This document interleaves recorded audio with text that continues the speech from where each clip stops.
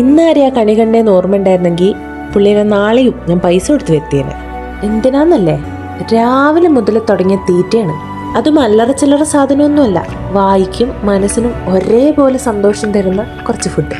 പിന്നെ ഈ പഴങ്കഞ്ഞിയും തൈരും ചെറുപയറൊക്കെ തരുന്നൊരു കുളിർമഴ ഫീൽസ് ഞാൻ വീണ്ടും പറയണ്ടല്ലോ അല്ലേ. പണ്ടത്തെ ആൾക്കാർ പറയുന്ന കേട്ടിട്ടില്ലേ, ഈ പഴങ്കഞ്ഞി കഴിച്ച് വളപ്പിൽ പോയി ഒരു 5 മണിക്കൂറൊക്കെ കളച്ചു മറിച്ചാലും വയറ്റുന്ന അനങ്ങൂലാന്ന്. ആക്രാന്തം പിടിച്ചിട്ട് അത് വായിലേക്ക് കമഴ്ത്തിയപ്പോ കുറച്ച് ചിന്തിപ്പോയതാ. പിന്നെ നിങ്ങൾ നല്ലത് മാത്രം കണ്ടാ പോരല്ലോ. അല്ല, ഇവള് ഡയറ്റിലല്ലേ എന്നാണ് നിങ്ങൾ ചിന്തിക്കുന്നെങ്കിൽ, ഞാനായിട്ട് പൈസ കൊടുത്തിട്ട് ഷുഗറോ പ്രോസസ്ഡ് ഫുഡ്സോ വാങ്ങാറില്ല.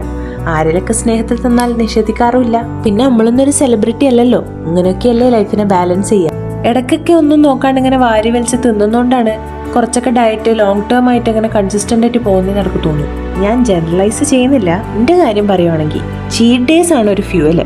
പിന്നെ ആരേലൊക്കെ മോക്ക് ഞാനൊന്ന് ഫുഡ് ഉണ്ടാക്കി തരട്ടെ എന്ന് ചോദിച്ചാൽ അയ്യോ അമ്മേ എന്ന് പ്രോട്ടീൻ കഴിക്കേണ്ട ദിവസമാണ് എന്ന് ഞാൻ പറയാറില്ല. ഫുഡിന് മുന്നിൽ അഹങ്കാരം കാണിക്കാൻ മാത്രം ഒന്നും വളർന്നിട്ടില്ല, അത്ര തന്നെ. സ്നേഹം കൊണ്ട് പറയാന്ന് വെച്ചോളൂ.